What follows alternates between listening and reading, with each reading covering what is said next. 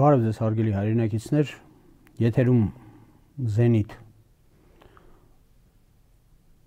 շարքի հերթական թողարկումն է։ Այսօր մենք կշոշափենք այն քաղաքական իրադարձությունները, որոնք տեղի են ունեցել վերջին շրջանում եւ որոնք էական նշանակություն կարող են ունենալ ապագայի վրա։ Եվ առաջին երևի թե սկսենք Իսրայելի եւ Գազայի միջև վերջերս օրերս ավելի ճիշտ կնքված զինադադարի պայմանագրից, որը այնուամենայնիվ Թրամփի կողմից, այսինքն գլխավոր հովանավորի կողմից process-ի հայտարարվեց խաղաղություն։ Եվս մեկ անգամ կրկնեմ, ուղղակի դա խաղաղություն չի, հրադադարի հաստատում է 20 կամ 21 կետերից բաղկացած երկու ցուցակն էլ եղել է, առ այսօր շրջաբերվում է երկուսն էլ։ Պետք է նշեմ, որ այն ամենը, ինչ տեղի է ունենում այսօր այդ հարթակում, ըստ էության իրենով պայմանավորում է մնացած բազում հակասությունները, որոնք գոյություն ունեն ուկրաինական պատերազմում, Ուկրաինա-Ռուսաստան հակամարտության մեջ, որոնք գոյություն ունեն Իրան-Իսրայել հակամարտության մեջ, ինչպես նաև հեռավոր արևելքի եւ կոլեկտիվ կամ կոնսոլիդացված արևմուտքի հարաբերություններում։ Խոսքը վերաբերում է Չինաստանի հիմնականում, ինչ որ չափով նաև BRICS կոչված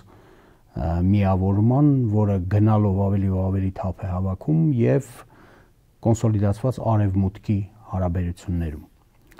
Եվ այսպես, քանի որ մենք խոսելու ենք Իսրայելի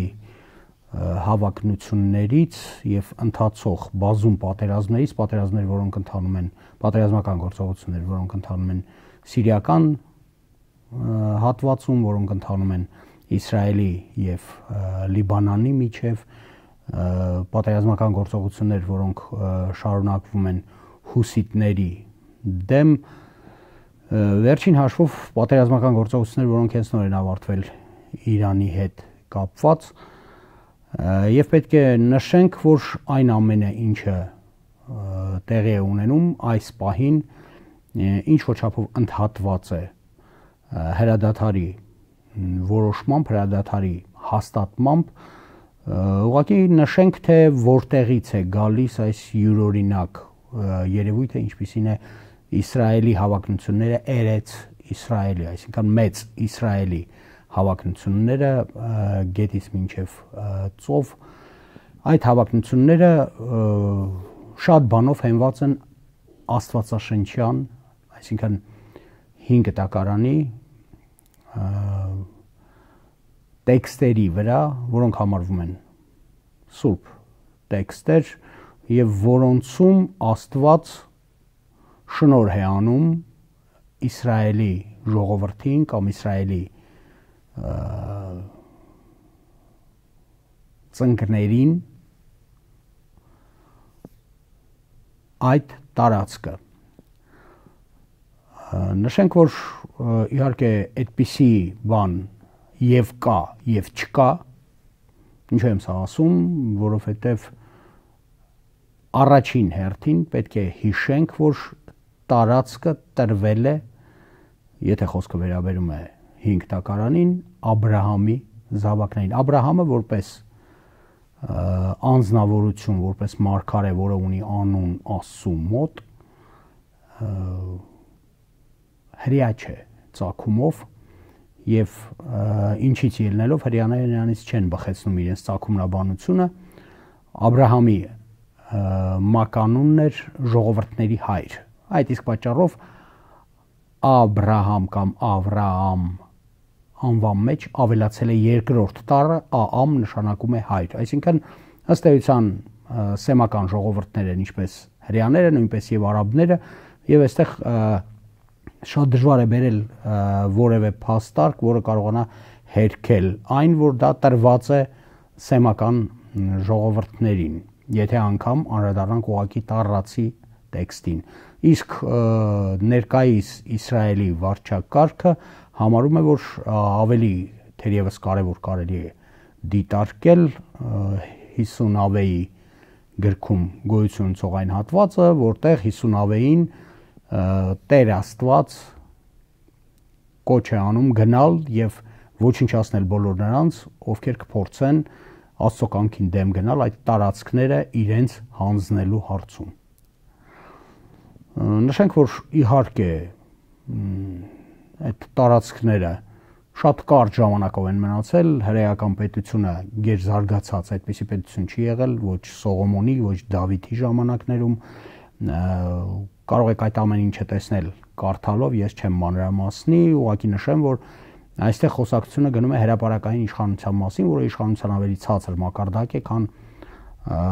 ինստիտուցիոնալ իշխանությունը, այսինքն իշխանություն, որտեղ իշխանության կրողի հետ ուղղակի շարքային բազմությունը չի կարող շփվել, մինչդեռ այստեղ այդ իրավիճակը չէ։ Այսինքն շուկայում եղած վեճերը բերում են, որ դատի Սողոմոնը, որը թագավորն է, ինչը ցույց է տալիս, որ դա հրապարակային իշխանություն է եւ հավակնել այն կարգավիճակին, որը այսօր ներկայացվում է, դժվար թե կարողանա։ Ուղղակի նշենք, որ հрьяաները վաղ կորցրել են պետականությունը եւ վերգտել են պետականությունը 1947 թվականին։ Միայն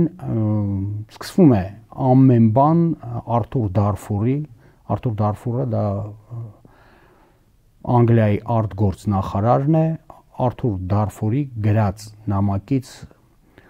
Ռոթշիլդների տան գլխին, որ մենք մտադրվել ենք ստեղծել Մերձավոր Արևելքում իսրայելյան կամ հրեական օջախ, ոչ թե պետություն, եւ դրան շատ դեմ էին Անգլիայի պարլամենտում գոյություն ունեցող հրեական խումբը, որը համարում էր, որ այնուամենայնիվ այդ գործընթացը շատ բանով կարող է վնասել հրեա ժողովրդին եւ նրա շահերին։ Ինչևէ,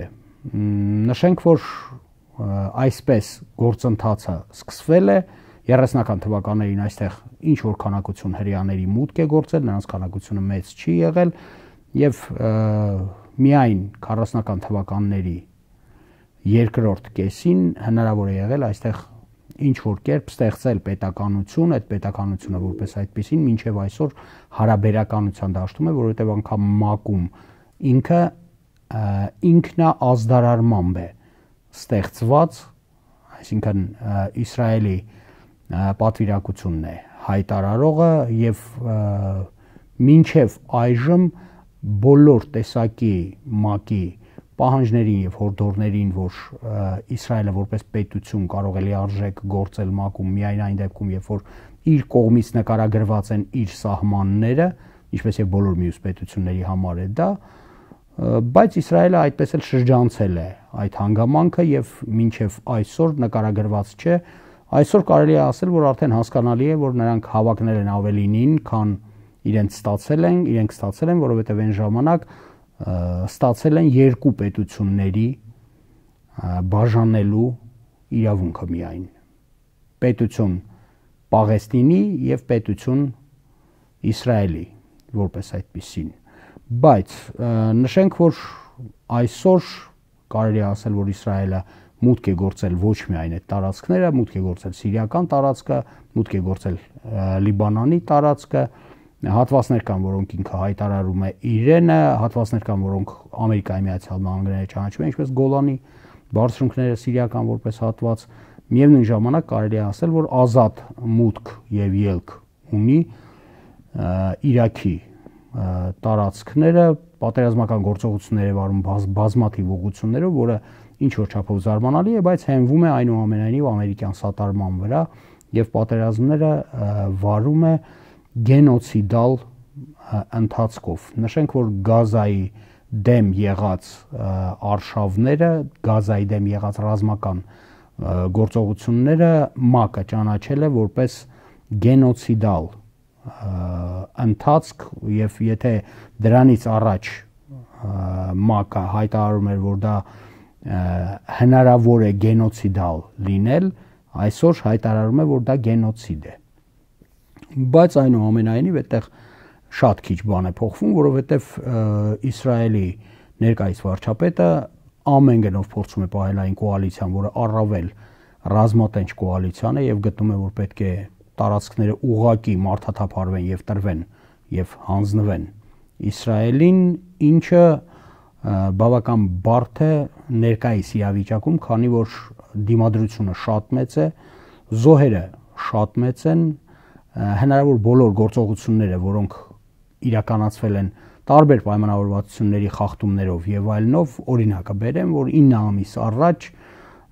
Իսրայելը բաց թողեց բանտերից իր կողմից պատանդ պահվողներ էին մի մասը կալանավորներ էին, նրանց բաց թողեց եւ ընդամենը մի քանի օր հետո մի մասին նորից հավաքեց եւ նորից հետ տարավ, իսկ հիմա փաստորեն հասել են նրան, որ պատանդները պետք է վերադարձվեն, Իսրայելի պատանդները վերադարձվել են, ինչպես նաեւ բանտերից բաց են թողնվել պաղեստինցի պատանդները, ուղղակի այստեղ արժի որ մենք նշենք նաեւ այն հանգամանքը, որ հոկտեմբերի 7-ին 23 թվականի տեղի ունեցած հարձակման շարժառիթները մինչև վերջ դեռևս այդպես պարզած չեն մեր հասարակայնության համար, ինչի համար ես ինձ թույլ կտամ նրանցից մեկը նշել, Քաթարը ֆինանսավորում էր չինովնիկությանը Գազայի հատվածի, նա ֆինանսավորումը դադարեցրեց 23 թվականին եւ զգալիորեն բարձրացրեց լարումը, ինչ որ չափով դրա հետևանքներն նաև այն, որ եղավ այն ինչը մենք բոլորս տեսանք եւ ճիշտ կլինի, որ լավ պատկերացնենք, որ այնտեղ սպանվածների մեջ զգալի քանակությամբ կային նաև հрьяաներ, որոնք իսրայելական բանակի գնդակոծության հետևանքն էին։ Դրանից հետո միայն պարզվեց, որ Իսրայելում կա գործում է օրենք, որը կոչվում է Հաննիբալի օրենք։ Հաննիբալին հավանաբար բոլորդ ինչ որ չափով կհիշեք, դա Կարթագենի խոշորագույն զորահրամանատարն էր, որը տեսնելով, որ հռոմեացիները իրեն կարող են գերի վերցնել, ինքնասպան եղավ, հետեւաբար որպեսզի պատանդների քանակությունը մեծ չլինի եւ ճնշում մեծ չլինի Իսրայելի պետության վրա, բանակը իրեն թույլ է տվել, հնարավոր է որ իրականացնել այդ օրենքի կատարումը, այսինքն հնարավորինս կրճատել նրանց քանակությունը։ Նշեմ, որ ներկայիս ընթացքը բավականին հարաբերական է, որովհետև Իրանի հետ եղած բախումից հետո Իսրայելը շատ լուրջ հարվածներ բաց թողեց, շատ լուրջ վնասվածքներ ստացավ պետությունը, ռազմաարդյունաբերական կոմպլեքսը, որով ուղղակի լցված էր Իսրայելի ողջ տարածքը եւ որի հետևանքը եղավ այն, որ ինչպես էլ դիտարկենք Իսրայելին անհրաժեշտ է ինչ որ ժամանակ ուղղակի ուժերը հավաքելու, բայց նշենք նաեւ այն հանգամանքը, որ չնայած այդ 20 կետի ընթերցմանը, չնայած նրա ինչ որ չափով պարտադրմանը Իսրայելին, այնուամենայնիվ Բենյամին Նեթանյահուն պարբերաբար հաստատում է իր այն միտքը իր ուղեկիցների մոտ, խոսքը վերաբերում է պարլամենտական այն ուժերին, որոնք սատարում են Նեթանյահուին, որ իրենք որևէ դեպքում չեն համաձայնելու պաղեստինյան պետականությանը, պետության գոյությանը այստեղ եւ այնուամենայնիվ նրանք պետք է մինչեւ վերջ զինաթափվեն եւ լքեն տարածքները։ Հակառակ դեպքում կլինի ուղղակի բռնաճնշում կոտորելով արդեն անգամ զինաթափված բանակը։ Հնարավոր է, ամեն ինչ հնարավոր է, այստեղ բավականին հարաբերական իրավիճակի այն տեսակետից, որ Իսրայելը խախտել է բոլոր այն միջազգային օրենքները, որոնք անհրաժեշտ է չխախտել, որպեսզի դու ունենաս վստահելիության ինչ որ համարում, ինչ որ շեմ։ Այդ վստահելիության շեմը հակառակի նման Իսրայելը այսօր չունի, բայց նա պատրաստվում է նորից էլի պատերազմական գործողությունների իրականացման, ամենայն հավանականությամբ Իրանի դեմ, որովհետև համարում է, որ Իրանը տերորիստական պետություն է, նախ նշեմ, որ Իրանը որպես տերորիստական պետություն ճանաչված չէ ՄԱԿ-ի կողմից եւ անգամ Ամերիկայի Միացյալ Նահանգները հատվածաբար փորձել են ճանաչել, ասենք, որպես տերորիստական կազմակերպություն Իրանի հեղափոխության պահապանների կորպուսը, որի գլուխն էլ զոհվեց փաստորեն Թրամփ նախագահի նախորդ իշխանության փուլում, այսինքն առաջին պրեզիդենտության ընթացքում։ Նշենք, որ տեղի ունեցող իրադարձությունները բավականին յուրօրինակ են, որովհետև մենք արդեն ասել ենք այն մասին, որ Իրանը ներկայացնում է բացառիկ նշանակություն իրենից եվրասիական զարգացումների համար։ Եվրասիական զարգացումներ ասելով ի նկատի ունենք Չինաստանի, Ռուսաստանի եւ Բրազիլիայի, այն ժամանակ Արգենտինան դուրս եկավ այդ ցուցակից, իրեն դուրս դրեց Միլեի այս նոր նախագահի ժամանակ եւ տեղի ունեցավ փաստորեն BRICS-ի կայացում, BRICS-ը որպես կազմակերպություն այսօր ներկայացնում է մեծ կշիռ, բայց առանց Իրանի նրա գործունեության շրջանակը Եվրասիայում կտրուկ սահմանափակվում է, ինչից ելնելով հարվածը ուղղված Իրանի դեմ ըստ էության իրենով ներկայացնում է բացառիկ շահերի մեկտեղում կոնսոլիդացված արևմուտքի համար, ինչից ելնելով 2015 թվականից Իրանի դեմ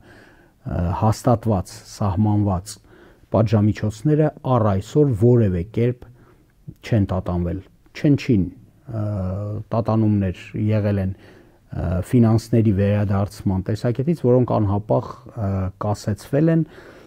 եւ այսօր փաստորեն երկու կողմը կարելի է այսպես ներկայացնել պատրաստվում են պատերազմի։ Այդ պատերազմը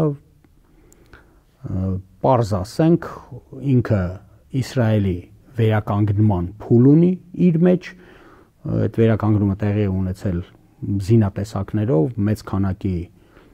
հրթիռների նորից ներմուծմամբ Իսրայել, օդային պաշտպանության ուժեղացմամբ, որի թերությունները պարզ երևացին նախորդ պատերազմի ժամանակ, եւ ամենակարևորը թերևս այդտեղ այն է, որ Իսրայելը ստացավ Գերմանիայի Ֆեդերատիվ Հանրապետությունից երկու սուզանավեր, նոր երկու սուզանավեր, որոնց վրա, ինչպես ինքն է նշում, այսինքն ինչպես իսրայելական աղբյուրներն են նշում, փաստացի նրանցից մեկը արդեն հարմարեցված է միջուկային հրթիռներ բաց թողնելու համար։ Նշենք, որ իհարկե միջուկային զենք Իսրայելը ձեռք է բերել դեռևս 60-ական թվականներին, միջուկային զենքի տարատեսակները, որը ունի Իսրայելը, կոչվում են տակտիկական միջուկային հրթիռներ, ոչ թե ստրատեգիական նշանակության բալիստիկ կոնտինենտալ, այսինքն մայրցամաքային նշանակության հրթիռներ։ Նրանց քանակությունը իհարկե Իսրայելը ներկայացրել է ժամանակին 320,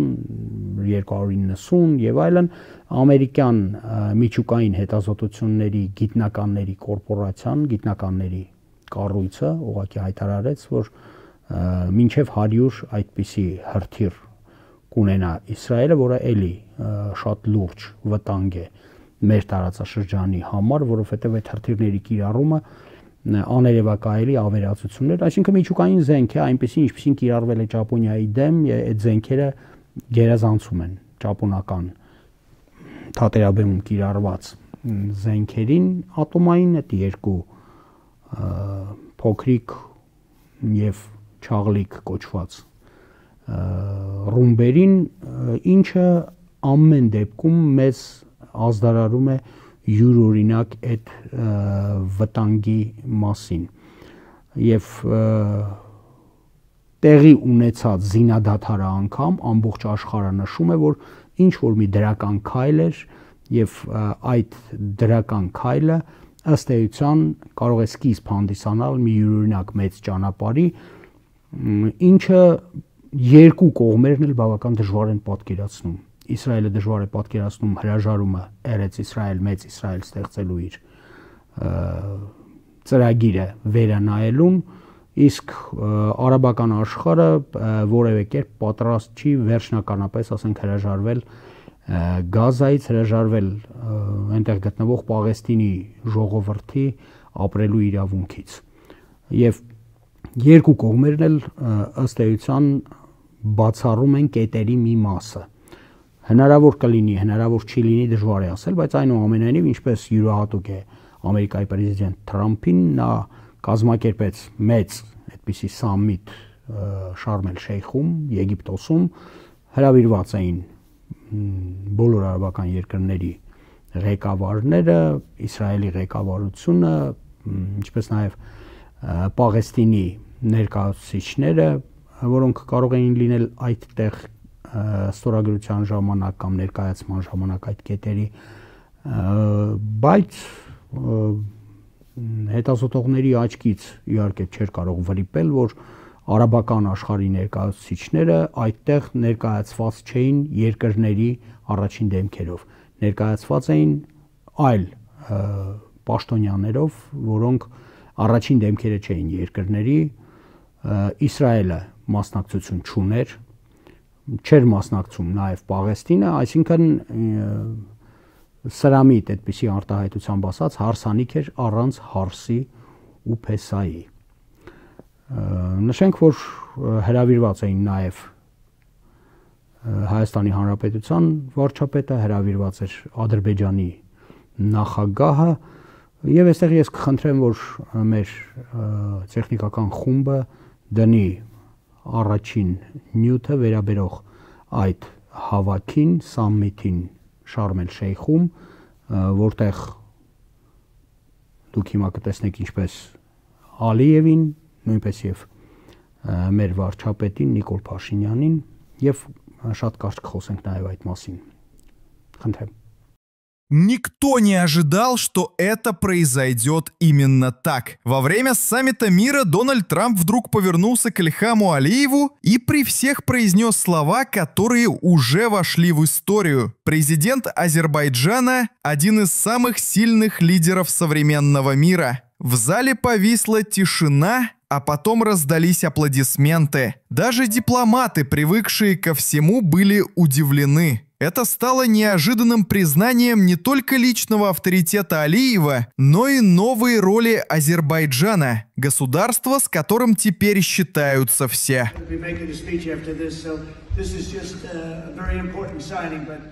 Եվ այսպես, ինչպես ականատեսը եղանք, դա տարփողվում է բոլոր հնարավոր ադրբեջանական եւ թուրքական լրատվամիջոցներով, որ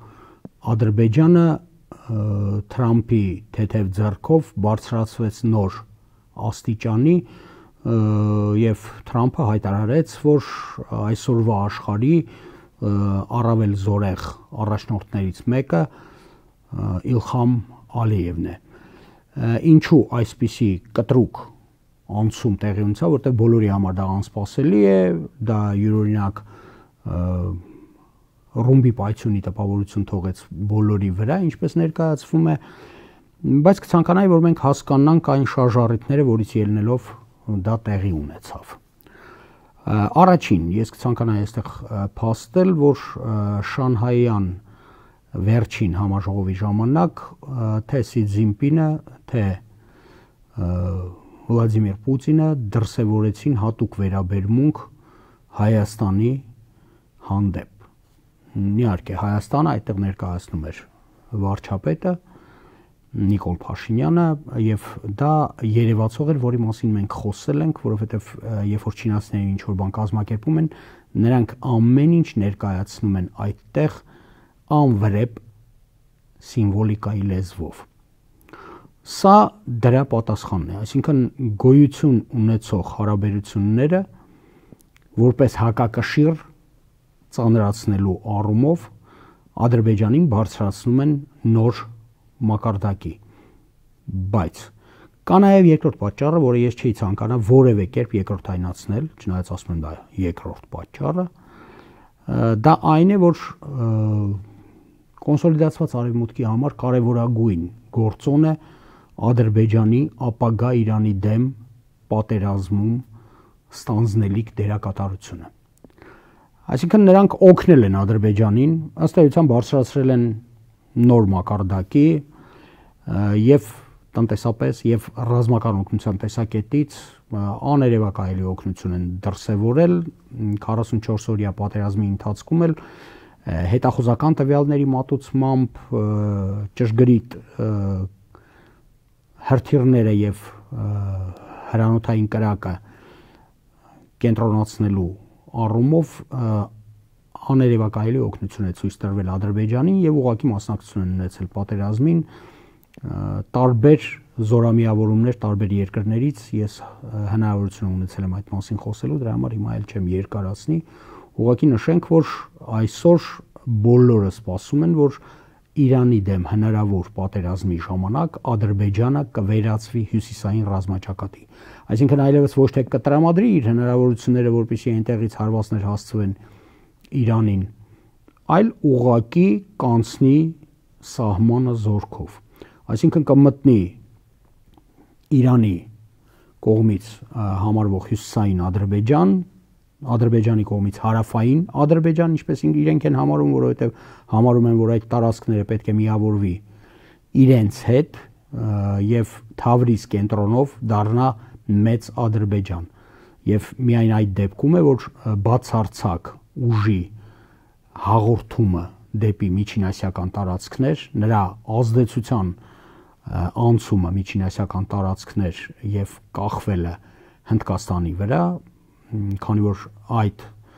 թուրքալեզու պետությունների դաշինքներին նաև մասնակից է Պակիստանը, հուսով եմ հիշում եք, որ Պակիստանի վարչապետը հայտարարեց ուղղակի, որ մենք մեկ պետություն ենք, Թուրքիան, Ադրբեջանը եւ Պակիստանը։ Ես պետք է ասեմ, որ շատ դժվար է ասել, թե որքանով դա կիրականանա, բարդ է ասել այդ պատերազմը հենց կսկսվի թե չէ, որովհետև շատերը պնդում են, որ պատերազմը չի կարող սկսվել ելնելով թեկուզ նրանից, որ ընդամենը 1 ամիս հետո այնպիսի մթնոլորտային իրավիճակ է լինելու մեր տարածաշրջանում, որ ինքնաթիռների գործունեությունը, որը գլխավոր հարվածային ուժն է Իսրայելի, կդառնա խիստ դժվարեցված։ Ինչը կարող է գործոն լինել ազդող պատերազմի հետաձգման վրա։ Այդպիսի գործոն նաև կարող է լինել այն հանգամանքը, որ Իսրայելը պատերազմական գործողությունների նախորդ պատերազմական գործողությունների շրջանում ծանր հարվածներ է բաց թողել, ըստ էության չեն աշխատում նրա ծովափնյա քաղաքները, որտեղից ինքը ստանում էր ամեն ինչ հուսիտները շարունակում են գնդակոծել նրա արևելյան ափը եւ հնարավորություններից զրկել են բեռնատեղափոխման ինչպես Իսրայելից, այնպես էլ Իսրայել։ Այս ամենը ազդում է դանդաղեցնելով Իսրայելի վերականգնումը եւ ինչպիսին կլինի պատերազմը բավականին բարդ է ասել, որովհետեւ բոլորը միաբերան պնդում են, որ թե Ռուսաստանը, թե Չինաստանը զգալի օգնություն են ցույց տալիս Իրանին, որպեսզի կարողանան վերականգնել նրա կորուստները, հատկապես օդային պաշտպանության, հակաօդային պաշտպանության տեսակետից, եւ ինչպիսին կլինի այդ պատերազմական գործողությունների ընթացքը, բավականին բարդ կլինի ասելը այն առումով, թե ով կհաղթի։ Օրինակ, բերեմ երևի թե բոլորդ հիշում եք Ստիվ Բենոնին, հա, առաջին պրեզիդենտական փուլում Թրամփի գլխավոր այսպես կոչված կազմակերպական գործով զբաղվողին, որը հետո կանգնեց դատարանի առաջ, հետո ստիպված եղավ հեռանալ Ամերիկայից եւ հիմա մասամբ Ամերիկայում, մասամբ էլ եվրոպական հողում փաստորեն ստեղծել է իր հետևորդների բազմությունը եւ էլի այնուամենայնիվ մնում է ազդեցիկ գործիչ, նա օրինակ ասում է, որ եթե Նեթանյախուն գնաց այն բանին, որ ինքը պատերազմական գործողություններ կսկսի Իրանի դեմ, Թրամփը առավել հավանականն է, որ կթողնի պատերազմական գործողությունները գոնե ինչ որ ժամանակով ազատ ընթացքով ընթանան, որի դեպքում Իսրայելը նորից կարող է ծանր շատ տուժել, որովհետև շատ բարդ է ասելը, թե նորագույն հրթիռները, որոնք կներեք Իրանը այսօր ունի, հնարավոր կլինի կասեցնել, թե հնարավոր չի լինի, որովհետև այս դեպքում, այս անգամ այնպիսի, ինչպես ասում են, արգելակման կրան գոյություն չունի, որ կարողանան կասեցնել, իսկ հրթիռների քանակությունը, որը նշվում է, որ Իրանը ունի, իմիջիայլոց Իրանի տվաստավյալները չեն, այլ հետախուզության, արևմուտքի հետախուզության տվաստավյալներն են, բավարար է շատ երկար պատերազմական գործողություններ իրականացնել եւ Իսրայելին այնպիսի վնասվածքներ, այնպիսի լուրջ հարվածներ հասցնել, որ դժվար կկարողանա վերականգնվել։ Նշենք նաև մեկ այլ հանգամանք, որ այդ պատերազմը իր մեջ կրում է նաև Բենյամին Նեթանյահուի պարզ կողմնորոշումը, որ իրեն իշխանությունից հանելը շատ պարզ գործընթաց կարող է լինել, քանի որ նա քրեական հոդվածների ներքո է այսօր աշխատում եւ միակ տարբերակ կարող է այստեղ վերջին հաշվով մնալ այն, որ ինքը կսկսի պատերազմ եւ այդ պատերազմը հնարավորություն չի տա, որ իր կոալիցիան քանդվի, իրեն դուրս բերեն իշխանությունից եւ դրանից հետեւող բոլոր հետևանքները ինքը ստանա եւ ինքը եւ իր կինը։ Ուղղակի այստեղ հարցը կայանում է նրանում, թե ինչպես իրեն կպահի Ամերիկայի Միացյալ Նահանգները։ Նշել ենք, որ Ամերիկայի Միացյալ Նահանգները այո, ինքը եւս ուզում է, որ Իրանի դեմ կոալիցիան լինի ուժեղ։ Ինքը եւս ուզում է, որ Իրանը բաժանվի մասերի եւ որ BRICS-ի զարգացումը դեպի արևելք կասեցվի, որովհետեւ երկաթուղին, որը անցնում է ներկայիս արդեն շրջանում Իրանով, նա էապես լուրջ գործոն է հանդիսանում եվրոպական միասնությունը տրոհելու համար։ Ինչից ելնելով, ասենք, եւ Պակիստանը կարող է, ասենք, փոփոխել իր տրամադրությունները եւ ընդդեմ Պարսկաստանի հանդես գալ։ Չմոռանանք նշել, որ վերջերս 5 Պարսկաստանի, այսինքն Իրանի զինվորներ սպանվեցին այդ սահմանի վրա, ինչը խոսում է այն մասին, որ այնտեղ եւս ինչ որ զարգացումներ են տեղի ունենում, ինչ բնույթ կկրեն այդ զարգացումները, բարդ է մեր համար ասել, բայց այնուամենայնիվ, եթե հաջողվեց, ասենք, Իրանին հասցնել ծանրագույն հարվածներ, ես դժվար եմ համարում, որ ներկայիս միասնականության պայմաններում, որը Իրանում արդեն տեղ է գտել, ժողովուրդը միասնական է, իսկ Իրանի իշխանությունները անգամ զիջումներ արեցին այն ոլորտում, որը առավել խոցելի էին համարում արևմուտքի ուժերը, այսինքն որ եղան հուզումներ Իրանում, եթե հիշում եք, գլխաշալերի հետ կապված կանանց, Իրանի իշխանությունները այդ խնդիրը ըստ էության օրենքի ուժով դուրս բերեցին եւ հնարավորություն տվեցին, որ այդտեղ կասեցվի բոլոր տեսակի բացասական զարգացումները։ Նշենք, որ այո, Նեթանյախուն ամեն դեպքում փորձելու է Ամերիկային պահել հպված իր շահերին եւ իր գործողություններին մասնակից։ Մյուս կողմից նույնը փորձում է իրականացնել Եվրոպական միությունը։ Ուղղակի քանի որ Եվրոպական միությունից պետք է խոսենք, Իրանի հետ հակամարտության շատ կարճ մի Լորենս Վիլկերսոնի հատվածը հիմա ես կխնդրեմ, որ դնեն մեր տեխնիկական խումբը, ընդհանրապես հավելեմ, որ բարձրագույն պաշտոնյաների թվում է եղել հետախուզական մեծ փորձի եւ տեղեկացվածության անձնավորությունը։ Համեցեք։ И эти войны прекратятся с точки зрения участия США, за исключением тех, которые продолжаются прямо сейчас. И эти две войны будут свернуты. Что это значит, я не знаю. Я не знаю. Трамп, кажется, говорит, что это значит, что мы сосредоточимся на западном полушарии, на таких вещах, как Венесуэла, на таких вещах, как демократические города и хорошее политическое использование армии там. Но я не знаю. Я просто не знаю. Но я думаю, что эта стратегия полного разрыва закончилась. Она закончилась. Она будет прекращена, если Биби начнет войну с Ираном, потому что ее прекратит Иран. Լորենս Ուիլքերսոնի այս փոքրիկ հատվածում շատ յուրօրինակ միտք էր արտահայտվում, որը սեղմ արտահայտություններն ինչը նա դուրս է բերել Թրամփի հնարավոր գործողությունների, նրա հնարավոր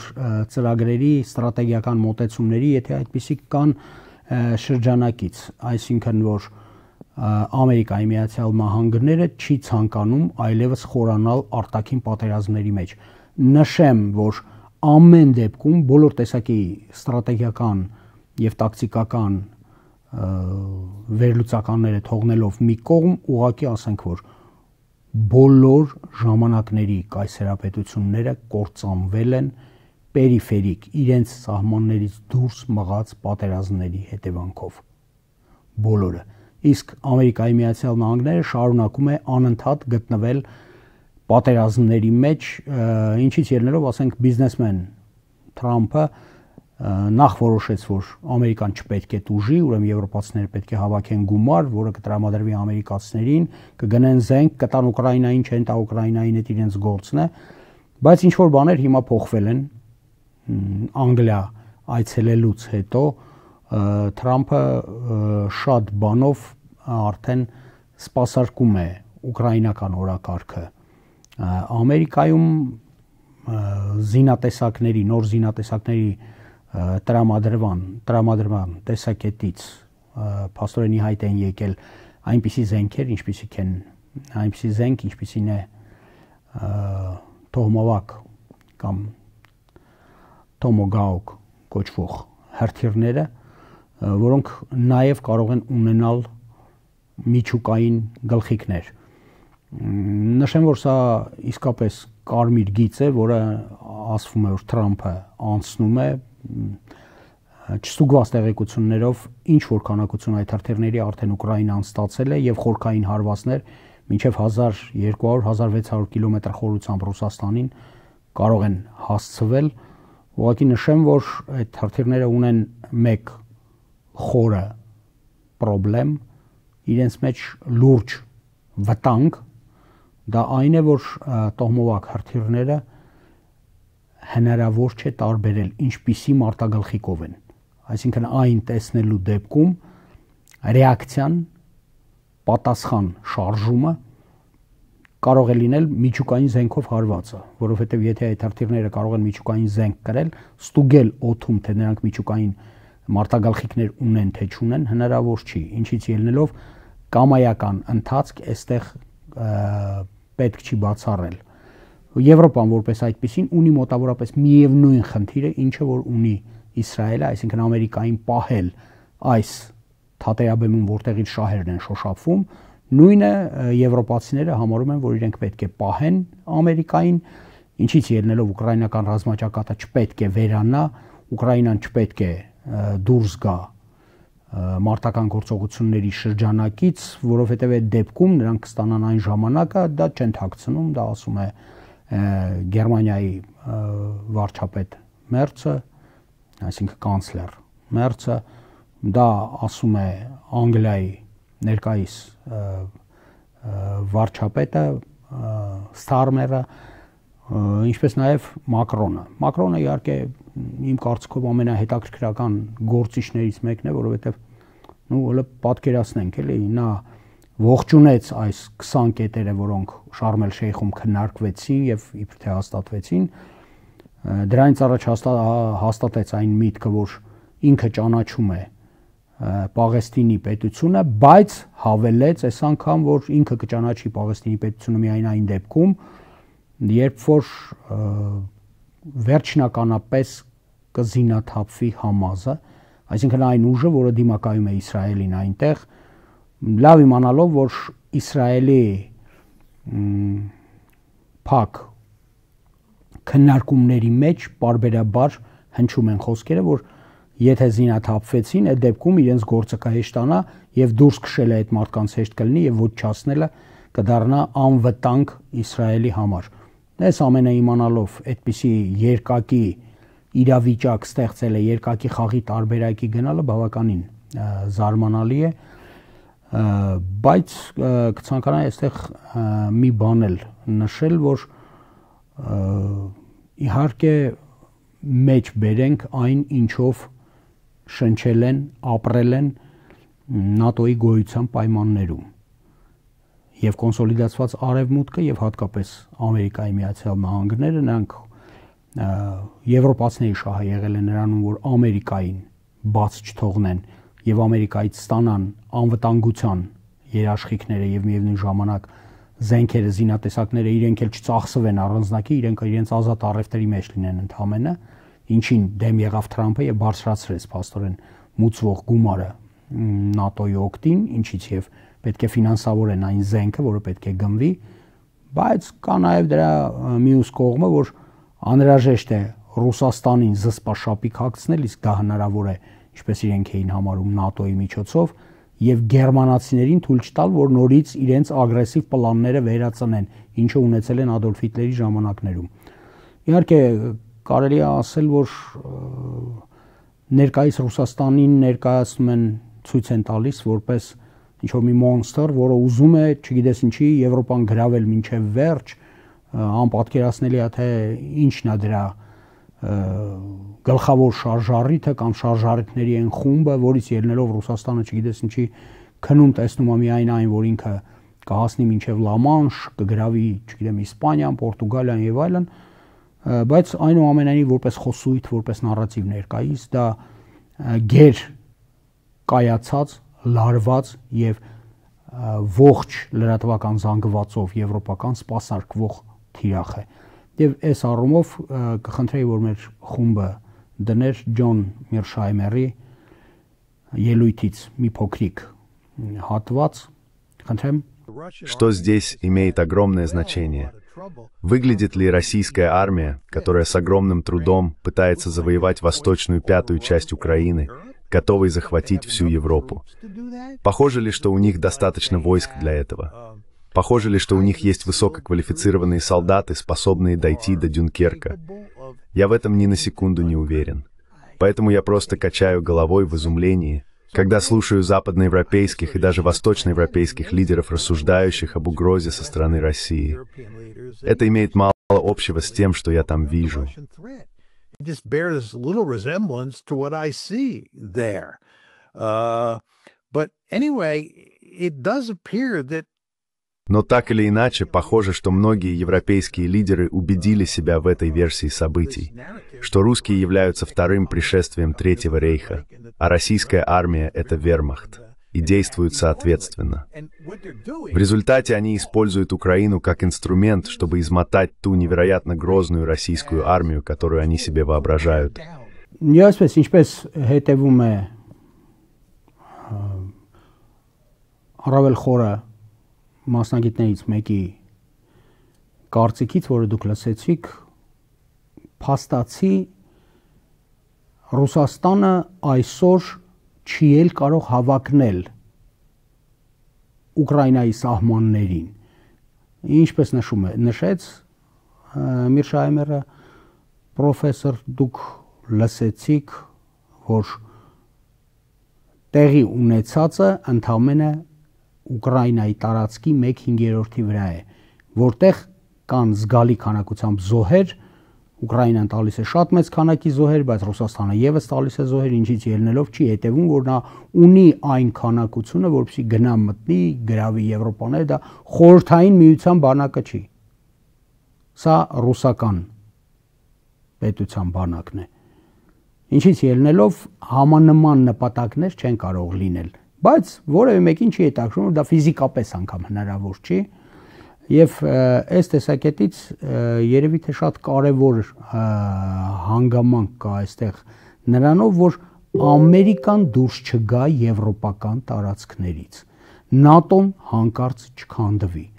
ներսում գոյություն ունեցող հակասությունները իսկապես լարում են եվրոպական իրավիճակը։ Այսինքն խոսքը վերաբերում է նրան, որ Եվրոպան կորցրել է արդյունաբերական հնարավորությունները, Ամերիկայի Միացյալ Նահանգները համարում է, որ համենայն դեպս Թրամփը այդպես է հայտարարում, որ ինքը կտրամադրի լավագույն պայմանները, բայց միայն այն դեպքում, երբ որ եվրոպական արտադրողները կգնան Ամերիկա, կհիմնեն իրենց հոսքագծերը եւ կարտադրեն միևնույն բարձրակարգ ապրանքները Ամերիկայում, եւ Ամերիկան կկարողանա վերականգնել իր տնտեսական հզորությունը, որովհետեւ եթե դուք բոլորդ կախված եք Ամերիկայից, ուրեմն հիմա պատրաստ եղեք որոշ զոհողությունների, որպեսզի Ամերիկայի Միացյալ Նահանգները ոտքի կանգնեն, իսկ պատերազմները վարեք դուք, որպեսզի շռայլ ծախսերը, որոնք Ամերիկան ստիպված կլինի կամայական պատերազմի պայմաններում իրագործել, այդ ծախսերը Ամերիկային չհյուծեն, որովհետև ամերիկյան իրականությունը եւս այդ վերջին խիստ աղմկահարույց սպանությունից հետո արդեն խոսում է այն մասին, որ ընթանում է խորը փեղեքում եւ փեղեկման մասին, երբ որ արտահայտվում է այնպիսի անձնավորություն խիստ պոպուլար, ինչպիսին Կարլսոնն է, նա ուղղակի հայտարարում է, որ Ամերիկայի Միացյալ Նահանգների ծանրության կենտրոնը, որը եղել է 51%-ից 100%-ով ավել, այսինքն 51-ից զգալիորեն ավել քրիստոնյաների բազմությունը, այսօր սալամի օրենքով կրճատվել է, այսինքն երշիկը եթե դնում ես եւ կտրում ես մի կտոր նրանից, թվում է թե ինչ քչացավ, որ բայց այդպես քչանալով նա գալիս եւ կարող է սպառվել,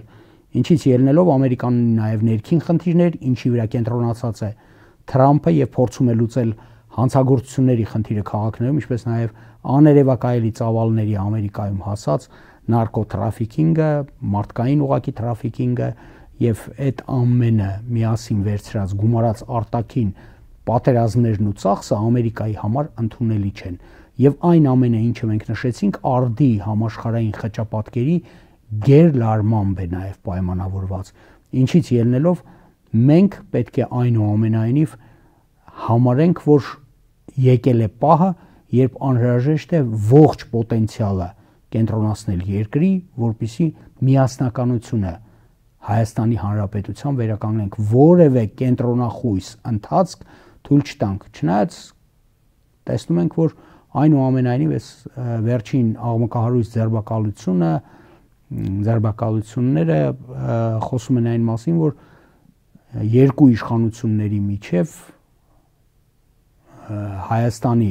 Հայաստանում գոյություն ունեցող աշխարհիկ իշխանությունների եւ հոգեվոր իշխանությունների միջև կան որոշակի հակասություններ, որը ես համարում եմ, որ անհրաժեշտ է հնարավորինս արագ լուծել, հնարավորինս արագ գալ ընդհանուր հայտարարի կոնսենսուսի եւ հասկանալ, որ մենք մտնում ենք այնպիսի փորձությունների դաշտ, որտեղ ինչ ասեք կարող է պատահել եւ տեղի ունենալ։